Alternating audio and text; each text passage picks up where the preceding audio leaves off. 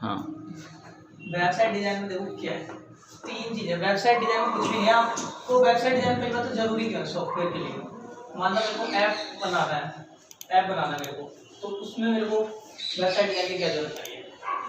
अपन को ये सीखना ही सीखना पड़ेगा, क्योंकि इसके अंदर क्या है, कई बार अपन ऐप बना रहे हैं तो उसके अंदर अपन लगाते हैं वेब व्यू, ये वेब व्यू करके होता है, ठीक है, इसको लगाते हैं अपन। तो वेब व्यू क्या है, वेब मतलब यही वेबसाइट डिजाइन, यही मतलब यही, ठीक।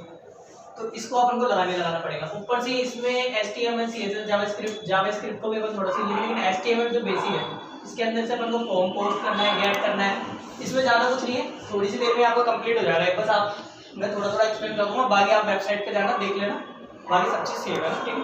उधर में मिटाने के लिए तो देखो यहाँ पर क्या है, तीन चीज़ों से मिलकर वेबसाइट बनती है अपनी, ठीक है। बेसिक तीन चीज़ें, पहला HTML है, इसमें कुछ भी नहीं है, सिर्फ टैग ही टैग होता है HTML के अंदर। CSS से अपन डिजाइन देते हैं और जावास्क्रिप्ट से अपन फंक्शनलिटी देते हैं।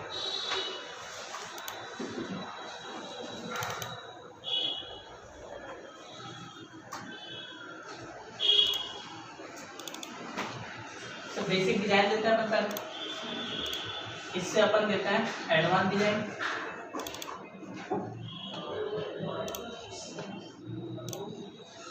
इससे अपन देते हैं फंक्शनलिटी,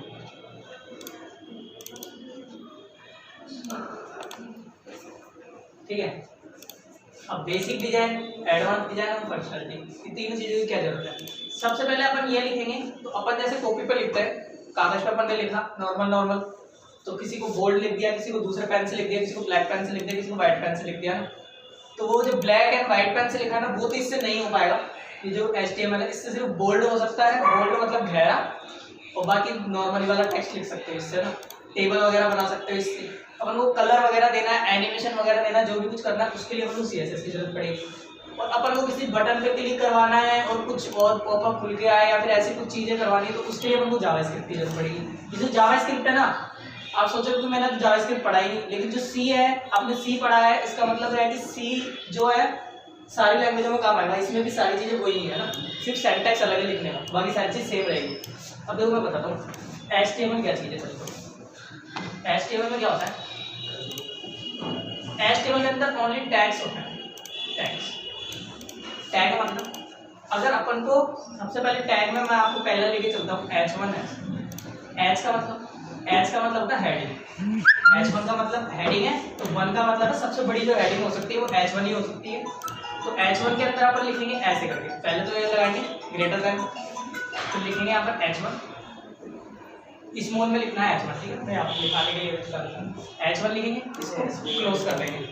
इसके बाद यहाँ पर लिखना है कुछ भी, जैसे कि टाइटल, हेडिंग में अपन टाइटल देते हैं वैसे ही यहाँ पर लिख दिया अपन ने, this is my first heading.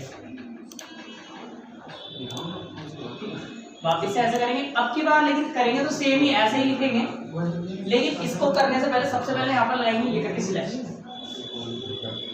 ऐसे करके होता है, ठीक, ऐसे करके स्लैश लगा देंगे यहाँ पर। हाँ, तो इसको क्या है, ये पहले ओपन हुआ इससे, ये क्लोज हुआ, इसके अंदर जो भी कुछ लिखा है ना, तो ये हेडिंग के रूप में दिखाई देगा, ठीक है। अब आप प्रैक्टिकल करके देख लेना, नहीं ऐसे वाला ही होगा, ऐसे करके होता है, ठीक है। इसमें ऐसे करके स्लैश।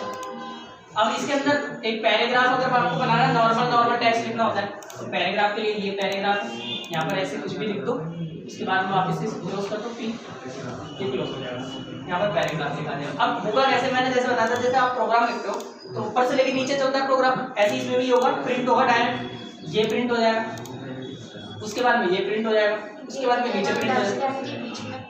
क्या पी के लिए, पी इसलिए आया क्योंकि अपन को यहाँ पे टैग दिखाना है कि अपन को ये जो टेक्स्ट है किस फॉर्मेट में लिखना है। मान लो कि ये जो हेडिंग थी, हेडिंग मेरे को हेडिंग हमेशा बड़ी दिखाते हैं अपन, जैसे अपन टाइटल लिखते हैं तो यूनिट का नाम रहता है, तो हेडिंग रहती है बड़ी रहती है हेडिंग, ठीक है। पैराग्राफ जो नीचे टेक्स्ट वगैरह लिखा होता है उसको पैराग्राफ कहते हैं। जैसे पैराग्राफ आप लिखते हो ना काउ पे वगैरह पे, जो भी कुछ होता है छोटे छोटे में लिखते हो, तो उसके लिए अपन पैराग्राफ यूज में लेंगे, ठीक है। अगर इनमें से किसी को भी बोल्ड करना है, मान लो कि मेरे को पैराग्राफ लिखना था, इसको बोल्ड करना है मेरे को, बोल्ड करने के लिए क्या करेंगे, सेम पैराग्राफ लिखा हुआ है, इसी के आगे लगाएंगे ओपन क्लोज, यहाँ पर लगाएंगे बी, बी का मतलब बोल्ड, ऐसे बहुत सारे तरह के टैग होते हैं। एक 2-3 इंपॉर्टेंट बता रहा हूँ, बाकी आपको मैं वेबसाइट बताऊंगा, वहाँ पर जाना देख लेना। 15-20 मिनट 1 घंटा लग जाएगा आपको वहाँ पर ट्राई नाउ करके देखते रहना। आपको 15-20 मिनट में ये HTML कंप्लीट हो जाएगी, कुछ भी नहीं है इसमें, टैग ही टैग होता है। इसके बाद में टेबल बनानी, मतलब टेबल बहुत इंपॉर्टेंट चीज़ है। टेबल बनानी पड़ती है, कई बार हम लोग टेबल बनानी पड़ती है वेबसाइट में, बहुत जगह आपने टेबल देखा होगा। तो टेबल के लिए क्या करेंगे हम, टेबल के लिए लिखेंगे टेबल, इसको ओपन करेंगे, लेकिन यहाँ पर अभी डायरेक्ट इसको क्लोज नहीं कर सकते आप। टेबल के अंदर बहुत सारी चीज़ होती है, देखो टेबल कैसे हो सकती है। सबसे पहले तो हाँ वही बता रहा हूँ मैं, टेबल की कैसे करेंगे।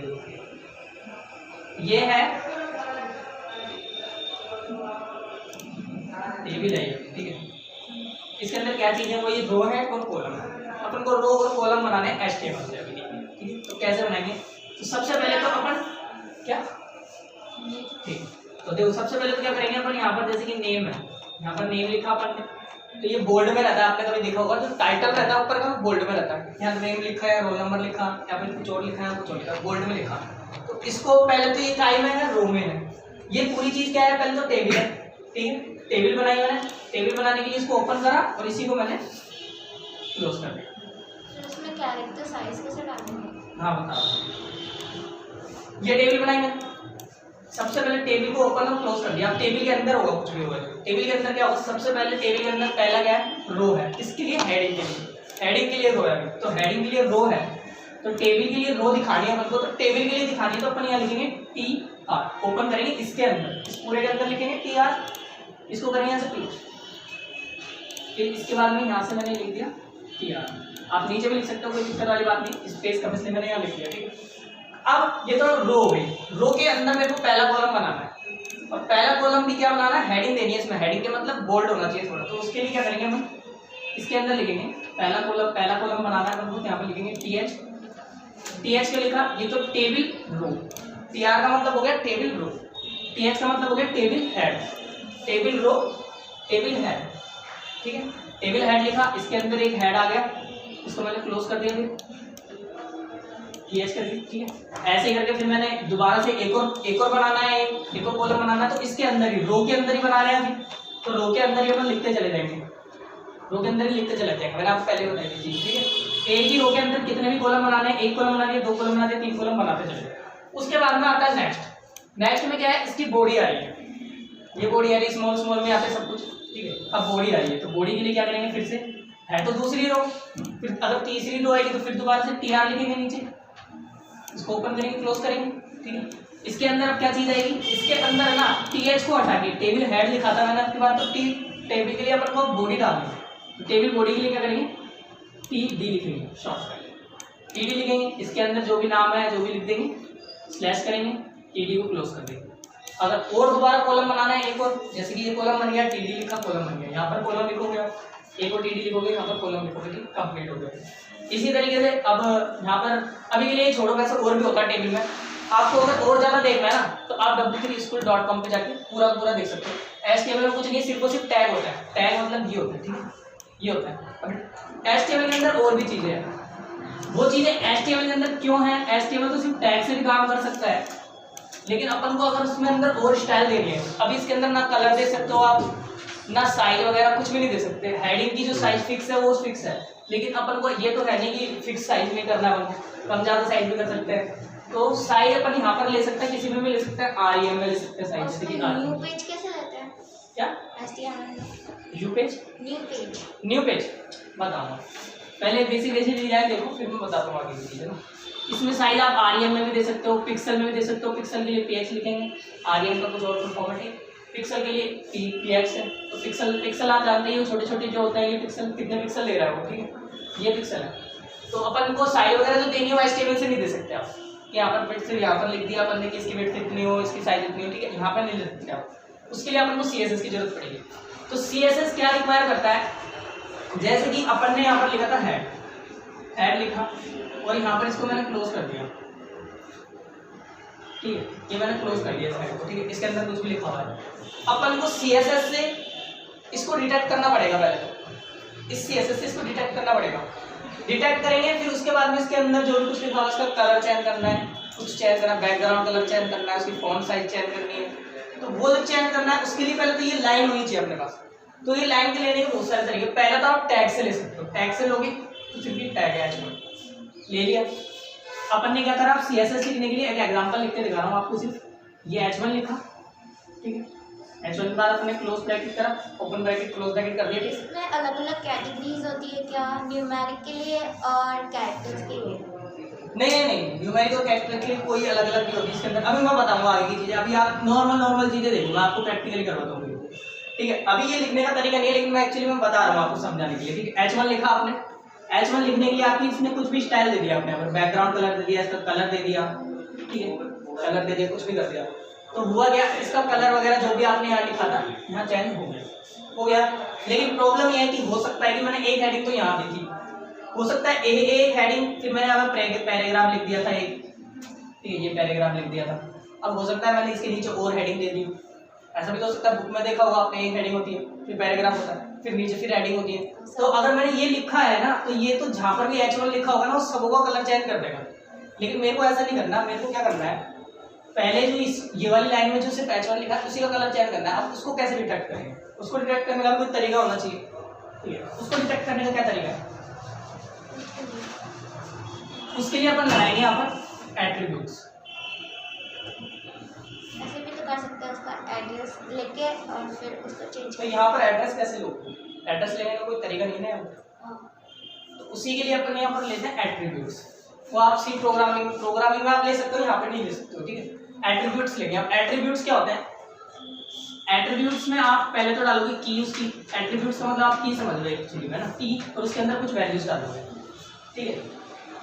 आपको अगर डायरेक्टली CSS लिखना है, डायरेक्टली CSS लिखना है HTML की लाइन के अंदर जैसे कि, तो फिर आपको एट्रीब्यूट की भी जरूरत नहीं है। कैसे लिखोगे, अभी एट्रीब्यूट की जरूरत नहीं है, अभी देखो डायरेक्ट कैसे लिखोगे। H1 लिखा आपने, ठीक है, H1 को अभी क्लोज नहीं करा है, ठीक, अभी इसके लिए छोड़ रहा हूँ खाली। और यहाँ पर मैंने कुछ लाइन लिख दी, इसको मैंने क्लोज कर दिया। अब ये लाइन में कुछ भी चेंज करना है ना मेरे को, और इस CSS को मेरे को यहीं लिखना है, तो मैं डायरेक्ट यहाँ पर भी लिख सकता हूँ। देखो कैसे लिखूंगा, स्पेस देंगे थोड़ा सा, लिखेंगे स्टाइल, क्योंकि CSS क्या देने के लिए, स्टाइल देने के लिए, कलर वगैरह जो भी वो स्टाइल देने के लिए स्टाइल लिखेंगे, इक्वल टू लिखेंगे, इक्वल टू लिखने के बाद स्ट्रिंग में लिखेंगे, स्ट्रिंग में जो भी कुछ लिखा है स्ट्रिंग में लिखेंगे। अब कैसे लिखते हैं आगे अभी प्रोसेस है, मैं आपको थोड़ा सा बता देता हूँ। आपने यहाँ पे लिखा colour dot dot double dot आएगा, तो यहाँ पे लिखेंगे रैक और इसको क्लोज कर देंगे, सेमी कोलन से क्लोज करेंगे, कोलन लगाएंगे यहाँ पर। ये इनलाइन, इसको कहते हैं इनलाइन CSS, इसको कहते हैं इनलाइन CSS। और जैसे अपन को स्टाइल करना है किसी वर्ड को, तो उसमें भी बहुत सारी कैटेगरीज होती है ना, मतलब जैसे वर्ड फाइल में अपन देखते हैं कि उसमें कैरेक्टर को स्टाइल चेंज करने के लिए बहुत सारी कैटेगरीज होती हैं। हाँ, तो वो कैटेगरीज यहाँ पर नहीं कर सकते ना, यहाँ पर तो आपको पूरी स्टाइल लिखनी पड़ेगी। हाँ, तो इसके अंदर बहुत सारी चीज़ें आप कुछ भी लिख सकते हो, जो भी आपको कैटेगरी देनी है ना, फॉन्ट वगैरह करना है उसका, आपको उसको इटैलिक बनाना है, बोल्ड बनाना है, वो यहाँ पर लिख सकते हो सब कुछ। अब इसमें कौन कौन सी प्रॉपर्टीज़ हैं वो आपको नेट पे देखनी पड़ेगी, क्योंकि बहुत सारी प्रॉपर्टी है, मैं आपको सारी प्रॉपर्टी यहाँ पे नहीं बता सकता। इसमें इतनी प्रॉपर्टी है कि मैं अगर ये बताने बैठा तो पूरा लेक्चर इसी में चले जाएगा, तो आपको देखनी पड़ेगी, ठीक है। इसको कहता है इनलाइन CSS, इनलाइन है। लेकिन अगर मान लो इसमें दिक्कत क्या है, इनलाइन CSS में अगर छोटी सी चीज़ है तो कोई दिक्कत नहीं, कलर चेंज करना था कर दिया। लेकिन मान लो मेरे को इसमें कलर भी चेंज करना था, इसकी विड्थ भी डालनी थी, इसकी स्टाइलिंग चेंज करनी थी, और भी बहुत सारी चीज़ें करनी थी इसके साथ में।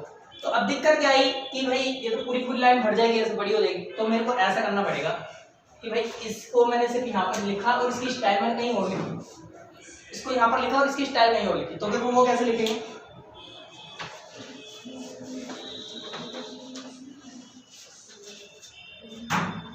उसके लिए अपन को चाहिए होता है एट्रीब्यूट्स, ठीक है। एट्रीब्यूट्स क्या होता है, ये मैंने H1 लिखा है यहाँ पर। एट्रीब्यूट्स बहुत तरह के हो सकते हैं, जनरली अपन CSS लिखने के लिए दो ही एट्रीब्यूट काम में लेते हैं, या तो क्लास या तो ID। वैसे आप और भी चीज ले सकते हो, लेकिन यहाँ पर दो ही एट्रीब्यूट काम में लेते हैं, क्लास क्या ID मीन्स कुछ भी होता है, यहाँ पर इसके अंदर लगाना पड़ेगा आपको ID। इस ID से डिटेक्ट करेंगे अपन कि ये कौन सा एलिमेंट को आपको कलर देना है, तब पता मेरे को कैसे।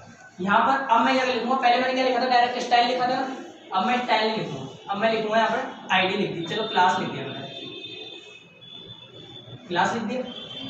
अब मैं लगाऊंगा इक्वल टू, अब मैं इसके अंदर स्टाइल भी दूंगा, इसके अंदर सिर्फ मैं मान लो ये लोगों के लिए था, लोगो लोगो था मान लो, तो मैंने यहाँ पर इसका नाम दे दिया लोगो, दे दिया ना, इसको मैंने कर दिया क्लोज कर दिया। यहाँ पर मैंने कुछ लाइन लिखी, इसके बाद में दोबारा से मैंने स्लैश करा, H1 करा और इसको क्लोज कर दिया। लास्ट वाली लाइन तो सेव ही रहेगी, इसमें कुछ चेंज होगा। और हाँ एक चीज़ और, जैसे कि लूप में क्या होता है, एक बार वो ओपन हुआ तो उसको क्लोज करना पड़ेगा, कंडीशन में भी एक बार वो ओपन नहीं तो क्लोज करनी पड़ती है। यहाँ पर भी अगर टैग को आपने एक बार ओपन ये करा है ना, ओपन, इसको पूरे को ओपन किया है तो इसको क्लोज भी करना ही पड़ेगा। जब उनको फुल स्टॉप प्रिंट करना हो तो फुल स्टॉप प्रिंट करना हो तो मतलब डॉट, हाँ, तो डॉट भी इसके अंदर लिख दो, डॉट भी प्रिंट हो जाएगा। तो जो भी लिखोगे ना इसके अंदर स्ट्रिंग लगाने की जरूरत नहीं है, ऐसे अगर ये लगाओगे तो ये भी प्रिंट हो जाएगी यहाँ पर, ठीक है। इसके अंदर कुछ भी नहीं लगाना होता, स्ट्रिंग टाइप वगैरह। अब यहाँ पर मैंने क्लास लिखी और नाम इसका दे दिया मैंने लोगो, पता चल गया नाम। तो अब मैं CSS में कैसे एक्सेस करूँगा इसको, इस वाली लाइन को, इसके लिए मेरे को क्लास अगर मैंने दिया है तो मेरे को डॉट यूज लेना पड़ता है, अगर मैंने ID दिया है तो मेरे को हैश यूज लेना पड़ता है। क्लास दिया है तो डॉट यूज लेना पड़ेगा, डॉट आ जाएगा क्लास के लिए। अब इस डॉट को वहाँ पे यूज लेंगे। हाँ अब मैं क्या करूँगा, यहाँ पे लिखूंगा डॉट स्टाइल लिखने के लिए दूसरी फाइल बनाऊंगा, हो सकता है इसी फाइल में भी लिख दूँ। अगर मेरे को इसी फाइल में लिखना है तो मेरे को कहीं भी ऊपर नीचे कहीं भी इसके ऊपर लिखो चाहे नीचे लिखो, आप उनको लिखना पड़ेगा यहाँ पर। इसको ओपन करेंगे, इसको क्लोज करेंगे। अब इसके अंदर स्टाइल लिखेंगे, स्टाइल कैसे लिखेंगे, डॉट लिखेंगे। मैंने डॉट क्यों लिख रहा हूँ, क्योंकि मैंने यहाँ पर क्लास लिखी, मैंने लिखा डॉट H1 लिख दी। इसके बाद में इसकी कुछ भी जो भी प्रॉपर्टी थी वो लिख दी। अभी इसे तो कंपाइलर को तो पता ही नहीं है कौन सी स्टाइल है, तो हाँ बता H1 लिखा ना मैंने, H1 अभी मैंने गलत लिखा है यहाँ पर। क्यों लिखा है, क्योंकि मेरे को H1 तो टैग है, तो टैग के लिए अपन को डॉट में लिखना होता है। टैग का नाम लिख देंगे। अगर टैग नहीं है वो, अगर क्लास है तो क्लास के लिए अपन क्या करेंगे, डॉट लिखेंगे पहले, फिर लिखेंगे लोगो, डॉट लिखेंगे, फिर इसके बाद लिखेंगे लोगो, फिर इसके अंदर इसकी स्टाइल लिखेंगे। अभी स्टाइल कहाँ लिखेंगे, यहाँ लिखेंगे स्टाइल, इसके अंदर इस बॉडी के अंदर। लूप में भी बॉडी के अंदर लिखते हो, कंडीशन में भी बॉडी के अंदर लिखते हो, तो यहाँ पर भी इसकी बॉडी के अंदर लिखेंगे, ठीक है।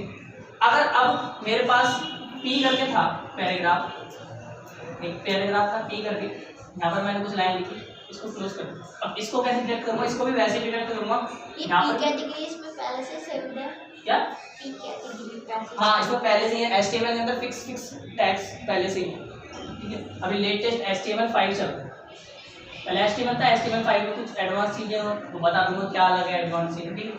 P क्लास लिखेंगे आप, क्लास लिखने के बाद मान लो ये पैराग्राफ है तो मैंने लिख दिया पैराग्राफ 1, इसको की दे दी एक पैराग्राफ नाम से, ठीक है। फिर मैंने इसको क्लोज कर दिया, यहाँ पर पैराग्राफ लिख दिया। अब इसको कैसे चेक करूँगा, क्लास लिखूंगा डॉट, इसी के नीचे लिखूंगा डॉट, फिर मैं लिखूंगा P1, ठीक है। फिर इसकी प्रॉपर्टी लिखूंगा, खत्म। डॉट लिखना जरूरी है आपको उसका। अगर यहाँ पर मैं क्लास नहीं लिखता, अगर मैं यहाँ लिखता ID लिखता, तो यहाँ पर मेरे को क्या लगाना पड़ता है, हैश, ठीक है। यहाँ पर भी मेरे को क्या लगाना पड़ता है, हैश का, फिर यहाँ पर मेरे को ID लिखनी पड़ती है, ठीक है। ये मेरे को ID लिखनी पड़ती है। इसको ऐसे एक्सेस करता है। ये तो मैंने बता दिया कि आपको इसी फाइल में लिखना पड़ेगा। अगर आपको किसी दूसरी फाइल में लिखना है तो दूसरी फाइल में कैसे लिखेंगे, इसको दूसरी फाइल बना लो एक, किस नाम से, HTML आप पढ़ रहे हो, जब C पढ़ते थे तो किस नाम से फाइल सेव करते थे, फाइल का नाम और डॉट C एक्सटेंशन।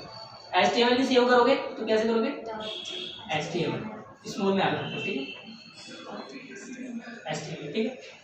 CSS की फाइल सेव करोगे तो डॉट CSS, जावास्क्रिप्ट की करोगे तो डॉट JS, ओनली शॉर्टकट लिखेंगे JS, पूरा नाम ले लेंगे। अब इंक्लूड तो करवा लेंगे, जैसे कि मैंने आपको C में दूसरी फाइल को इंक्लूड करवाना बताया था ना कि एक फाइल है उसके अंदर दूसरी फाइल को कैसे इंक्लूड करते हैं, वहाँ पर डबल में देते हैं। और अगर ये तो वो फाइल है जो अपन ने बनाई थी उसको इंक्लूड करवा रहे हैं। अगर C की ओरिजिनल लाइब्रेरी फाइल को इंक्लूड करवाएंगे तो यहाँ पर लोग ब्रैकेट लगाएंगे, ये बात, ठीक है। जैसे स्टूडियो को करवाते हो लाइब्रेरी फाइल है, ठीक है, तो उसको ऐसे करवाते हैं। HTML में कौन सी हेडर फाइल होती है, HTML में कोई सी भी हेडर फाइल होती है। अभी मैं आपको बताऊं, HTML के अंदर अपन को CSS ऐड करवाना है, तो मैं आपसे एक लॉजिक पूछना चाहता हूं कि अगर मैं CSS ऐड करवाऊं तो इस इंक्लूड को मैं ऊपर लिखूं या नीचे लिखूं, नीचे क्यों लिखूंगा नहीं, देखो अगर जब मैं ना CSS को ऐड करवा रहा हूँ ना, CSS की फाइल को इंक्लूड करवा रहा हूँ, तो CSS की फाइल को हमेशा टॉप पे इंक्लूड करवाऊंगा, यहाँ टॉप, और जब जावास्क्रिप्ट की फाइल को मैं इंक्लूड करवाऊंगा तो सबसे बॉटम पे करवाऊंगा। अभी क्यों करवाना, इसका रीजन है, आप वैसे तो कहीं पर भी करवा दो प्रोग्राम, ये सब कुछ चल जाएगा, कोई दिक्कत नहीं आएगी, लेकिन क्यों करवा रहे हैं ऐसा? अपन को क्या चाहिए होता है, सबसे पहले वेबसाइट खुली तो सबसे पहले अपन को वहाँ डिजाइन देखना होता है, डिजाइन कि भाई यूजर को पहले दिख जाए क्या है, उसकी फंक्शनलिटी तो थोड़ी थोड़ी देर में लोड होती रहेगी, कोई दिक्कत नहीं है, ये फंक्शनलिटी है जो थोड़ी देर बाद भी लोड हो जाएगी, लेकिन डिजाइन तो दिख जाएगा एक बार, उसको डिजाइन के लिए तो वेट नहीं करना पड़ेगा ना। तो उसके लिए अपन को सबसे पहले तो जो CSS है ना, इसको तो टॉप पे इंक्लूड करवाना है। तो होगा क्या, जब पेज लोड होगा ना तो सबसे पहले ये पहले इंक्लूड होगी, फिर ये लिखा आएगा, ये सब कुछ लिखा आएगा, तो ये लिखा आएगा तो पहले अपन को स्टाइल दिख जाएगी। उसके बाद में मान लो इस आईडी से, मैं बताऊंगा जावास्क्रिप्ट फंक्शनलिटी कैसे देता है, इस आईडी से अपन को फंक्शनलिटी देनी है, इससे कोई बटन है उसको फंक्शनलिटी देनी है कि इसको क्लिक करने पर ये हो, ठीक है। तो वो वाली चीज तो अपन थोड़ी देर वेट करके भी कर सकते हैं, तो भाई क्लिक करेंगे तो हो जाएगा, कोई दिक्कत नहीं, थोड़ा वेट कर लेगा, अभी हो नहीं रहा क्लिक पे, लेकिन बाद में तो हो ही जाएगा, लेकिन डिजाइन तो दिखे एक बार। तो सबसे पहले डिजाइन दिखने के लिए CSS ऊपर लिखेंगे, उसके बाद में HTML को नीचे लिखेंगे, फिर लास्ट में लिखेंगे जावास्क्रिप्ट की फाइल। अपन दो प्रोग्रामिंग लैंग्वेज को कनेक्ट कर सकते हैं? हाँ कर सकते हो। उसके लिए देखो, उसके लिए कुछ अपन को खुद से भी प्रोग्राम लिखना पड़ेगा, कुछ प्लेटफॉर्म सपोर्ट करते हैं, कुछ नहीं करते। पाइथन के अंदर ना आप सी की प्रोग्रामिंग लिख सकते हो, Node.js है, जैसे Node.js एक फ्रेमवर्क है, Node.js के अंदर आप पाइथन को भी चला सकते हो, लेकिन कुछ ही फंक्शनलिटी, कुछ ही जो लैंग्वेज है ना वही फंक्शनलिटी देती है, कुछ फ्रेमवर्क ही देते हैं, सारे नहीं देते। तो ऐसा नहीं है कि आप किसी को भी किसी में भी जोड़ दोगे, जिसको जोड़ सकते हो उसी को जोड़ सकते हो। अब ये कैसे पता चलेगा कि भाई किसको जोड़ सकते हैं किसको नहीं जोड़ सकते, तो गूगल है उससे पूछना पड़ेगा, क्योंकि सब कुछ नॉलेज अपने पास हो नहीं सकती, ठीक है। अब ये तो मैंने बता दिया HTML और CSS, ये दोनों चीज़ें आप W3 दोनों क्या, तीनों चीज़ें W3 स्कूल से देख लो, लेकिन जो मैं आपको बेसिक बता रहा हूँ कैसे। अब पता जावास्क्रिप्ट का काम, जावास्क्रिप्ट भी करने के लिए अपन को टैग चाहिए या तो HTML का, क्योंकि HTML के किसी भी बटन वगैरह के साथ या फिर किसी भी टेक्स्ट के साथ जो भी दिख रहा है उसी के साथ तो अपन को फंक्शनलिटी देनी है, और किसी के साथ थोड़ी देनी है। तो अपन क्या करेंगे, या तो अपन को टैग चाहिए, टैग से अपन डिटेक्ट करेंगे कि भाई इस टैग के ऊपर, इस लाइन के ऊपर अपन को फंक्शनलिटी देंगे, या तो अपन क्लास देंगे, आईडी देंगे, ठीक है। यहाँ पर आप और भी एट्रीब्यूट दे सकते हो अपनी मर्जी से कोई सा भी। तो जावास्क्रिप्ट में एट्रीब्यूट को एक्सेस करने के लिए आप उसको एक्सेस कर सकते हो, मैं बताऊंगा कैसे, ठीक है। तो अपन को यहाँ पर भी मान लो कि मेरे पास एक बटन है, बटन के लिए बटन लिखा है, बटन, ठीक है। यहाँ पर एक चीज होती है टाइप, सबमिट,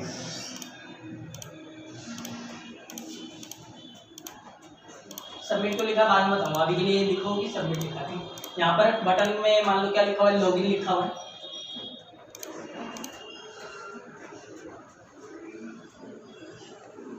ठीक है, ये बटन। अभी के लिए आप सोचोगे कि ना तो इसमें बैकग्राउंड दिया ना कुछ दिया, तो टेक्स्ट की तरह दिखेगा, लेकिन जब आप बटन लिखोगे ना, यहाँ पर बटन टैग लिखोगे तो यहाँ पर बटन की तरह दिखेगा, पीछे कुछ कलर सा आएगा, लेकिन आपको थोड़ा सा समझ में नहीं आया, पहले से डिफाइन कर रहा है HTML के अंदर ना। लेकिन अपन को मान लो कोई एक्स्ट्रा कलर भी देना है, मतलब बैकग्राउंड में बटन का कलर कुछ और भी दे सकते हैं, तो उसको कलर को कैसे देंगे, उसके लिए फिर अपन यहाँ पर स्टाइल लिखेंगे, कौन सी स्टाइल, CSS वाली, ठीक है। लेकिन अब क्या करना है, अपन को देनी है जावास्क्रिप्ट, इस बटन से अपन को क्या करना है, एक अलर्ट करवाना है, अलर्ट, ओनली अलर्ट, ये होता है अलर्ट। जावास्क्रिप्ट के अंदर एक फंक्शन होता है अलर्ट, फंक्शन तो आपको पढ़ाया मैंने। ये अलर्ट क्या करेगा, अलर्ट करेगा, पॉपअप देगा अपन को, ऊपर देगा, हेडिंग में, क्रोम के अंदर हेडिंग में देता है, तो अलग अलग ब्राउज़र में अलग अलग जगह देता है, क्रोम के अंदर हेडिंग में देता है। अब मैंने आपको एक चीज बताई थी कि प्रोग्रामिंग जो भी होती है, जो कोई सी भी प्रोग्रामिंग हो, उसको चलाने के लिए कंपाइलर की जरूरत होती है, कंपाइलर की जरूरत होती है, मैंने बताया था। सी के लिए सी कंपाइलर चाहिए, C++ के लिए C++ चाहिए, पाइथन के लिए पाइथन का कंपाइलर चाहिए। तो यहाँ पर कंपाइलर कहाँ है, थोड़ा सा आइडिया लगा सकते हो कि कंपाइलर कहाँ है यहाँ पर जावास्क्रिप्ट के लिए, या फिर HTML के लिए, या फिर CSS के लिए कंपाइलर कहाँ है यहाँ पर, इसको कहाँ चला कहाँ है अपन, इसको ब्राउजर में। तो कंपाइलर कहाँ हो, ब्राउजर में, ब्राउजर। तो ब्राउजर के अंदर जावास्क्रिप्ट का कंपाइलर पहले से ही मौजूद है, जब अपन चलाएंगे तो ये वहाँ पर चलेगा। अब जैसे कि मैंने आपको बताया था, कई बार मैंने किसी दूसरे कंपाइलर में कुछ चीज़ चलाई थी तो अलग तरीके से चली थी, कुछ चीज़ें उसमें सपोर्ट नहीं कर रही थी, कुछ चीज़ दूसरे कंपाइलर में सपोर्ट कर रही थी। ऐसा हुआ है अपने साथ कई बार, मैंने करवाया था, उसमें अलग तरीके से इंक्लूड हो रहा था, कुछ चीज़ इसमें काम कर रही थी, किस एरे के अंदर वहाँ साइज देना जरूरी था, यहाँ पर साइज देना जरूरी नहीं था, कई बार ऐसा हुआ, ठीक है। तो कंपाइलर अलग अलग तरह के रहते हैं। तो दो ब्राउजर लेके चल रहा हूँ, इंपॉर्टेंट ब्राउजर है दोनों, एक तो क्रोम है, एक क्रोम है, दूसरा अपन ले लेते हैं फायरफॉक्स, ठीक है। ये दो ब्राउजर है। तो इन दोनों के अंदर देखो CSS के लिए अलग कंपाइलर लगा हुआ है, जावास्क्रिप्ट के लिए अलग कंपाइलर लगा हुआ है और HTML के लिए अलग कंपाइलर लगा हुआ है। अब इसका पता कैसे लगाओगे देखो मैं बताता हूँ। जब आप HTML लिखोगे एक वेबसाइट को आप क्रोम में खोलो और फिर उसी वेबसाइट को आप फायरफॉक्स में खोलो, दोनों की लुकिंग थोड़ी सी देखना डिफरेंट आएगी, ज़्यादा डिफरेंट नहीं होगा लेकिन थोड़ी बहुत डिफरेंट आएगी, ठीक है। अब रही जावास्क्रिप्ट की बात, जब जावास्क्रिप्ट का करोगे ना तो जहाँ तक मेरे को याद है तो क्रोम में आप जब अलर्ट करवाओगे, क्रोम में जब अलर्ट करवाओगे तो ये जो वेब पेज है, ये जो वेब पेज है अपना, यहाँ पर वेबसाइट दिख रही है तो यहाँ पर बिल्कुल हेडिंग में यहाँ ऊपर ही ऊपर ना अलर्ट करके आएगा, वो पूछेगा ओके कैंसिल ऐसे करके पूछेगा और कुछ मैसेज आएगा, ठीक है। तो मैसेज कहाँ से आएगा, यहाँ से पास करेंगे मैसेज इस फंक्शन के अंदर, ठीक है। फंक्शन बताया था, फंक्शन की कहीं ना कहीं बॉडी लिखी हुई है, तो यहाँ पर अपन को दिख नहीं रही, लेकिन वो इसकी जो क्रोम के अंदर है, जो ब्राउजर है उसके जो कंपाइलर है उसके अंदर इसकी पहले से डेफिनेशन है, तो अपन को कंपाइल अलर्ट करके देगा यहाँ पर ऊपर ऊपर। अब फायरफॉक्स में अलर्ट करोगे तो जहाँ तक मेरे को याद है, कंफर्म नहीं है, तो वो बिल्कुल मिडिल में देता है यहाँ बीच, बिल्कुल मिडिल में देगा बीच का अलर्ट, ठीक है। तो इनके कंपाइलर अलग अलग है, इसका अलग कंपाइलर उसका अलग कंपाइलर।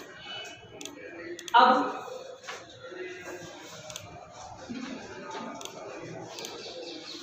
जावास्क्रिप्ट को अपन यूज लेना है, ठीक है। उसके लिए भी अपन को क्या चाहिए, आईडी चाहिए या क्लास चाहिए या फिर कोई और एट्रीब्यूट चाहिए। ज़्यादातर अपन लोग आईडी और क्लास से काम करते हैं, ठीक है। तो मान लो मैंने बटन लिया, मैं टाइप सबमिट पापा नहीं लिखा, मैं बताऊंगा बाद में टाइप सबमिट क्यों लिखना है, ठीक है। यहाँ पर बटन के अंदर मैंने आईडी दे दी इसकी, टेस्ट दे दिया, कुछ भी दे देना आप। नाम जो दोगे, अगर सेम नाम दोगे ना तो दिक्कत आएगी, हमेशा अलग अलग नाम देना। अब सेम नाम दोगे और फिर भी एक्सेस करना है कि भाई मेरे को तो सेम नाम देना है सबको, फिर भी एक्सेस करना है, तो उसके लिए आपको इंडेक्स तो पता है, मैंने पढ़ाया था, तो इंडेक्स यूज लेना पड़ेगा। क्योंकि पहले जब आपने सेम नाम लिखा, दूसरा लिखा, तो ये क्या बन जाएगा फिर एरे बन गया। एरे में से कैसे एक्सेस करना है मैंने आपको बता दूंगा। फिर भी ये डैश लिखा, यहाँ पर इसका नाम लिख दिया मैंने, इसके अंदर ये नहीं लगेगा, अच्छा यहाँ तो लगेगा, यहाँ लिख दिया, ये मैंने लिख दिया लॉगिन, फिर यहाँ पर मैंने लिख दिया बटन, ठीक है। अब इस बटन पे क्लिक होगा, अपन ने क्लिक करा तो कुछ फंक्शनल होना चाहिए, लेकिन अभी कुछ नहीं होगा, जैसा है वैसे का कुछ भी नहीं होगा, तो क्लिक तो होगा लेकिन कुछ होगा नहीं। अब उसको करने के लिए देखो क्या करेंगे जावास्क्रिप्ट के अंदर। सबसे पहले तो स्टाइल को कैसे लिखना है, स्टाइल को लिखने के लिए अपन स्टाइल लिखते थे टाइप। अब जावास्क्रिप्ट को कैसे लिखते हैं, स्क्रिप्ट पीछे का यूज लेंगे, स्क्रिप्ट ऐसे आ रहा है पेटी स्क्रिप्ट, इसको क्लोज कर देंगे, फिर यहाँ पर जाएंगे स्लैश करेंगे,